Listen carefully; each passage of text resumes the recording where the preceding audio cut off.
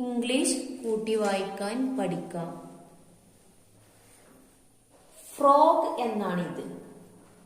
ഇതിൽ എഫിന്റെ സൗണ്ട് ഫ് എന്നും ആറിന്റെ സൗണ്ട് റ് എന്നും ഒ ഓ ജി ഗ. ഫ്രോഗ് കൂട്ടി വായിച്ചു നോക്കൂ.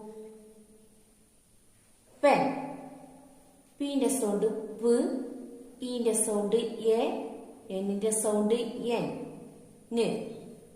പെൻ കൂട്ടി വായിച്ചു നോക്കൂ. കിഡ്സ്, കേന്റെ സൗണ്ട് ക്, അതിന്റെ സൗണ്ട് ഇ, ഡി ഡ് എസ് സ്. കിഡ്സ്. ഇനി ഇതുപോലെ കൂട്ടി വായിച്ചു നോക്കൂ. അതുപോലെ എല്ലാ വാക്കുകളും കൂട്ടി വായിക്കുമ്പോൾ നിങ്ങൾക്ക് കിട്ടും.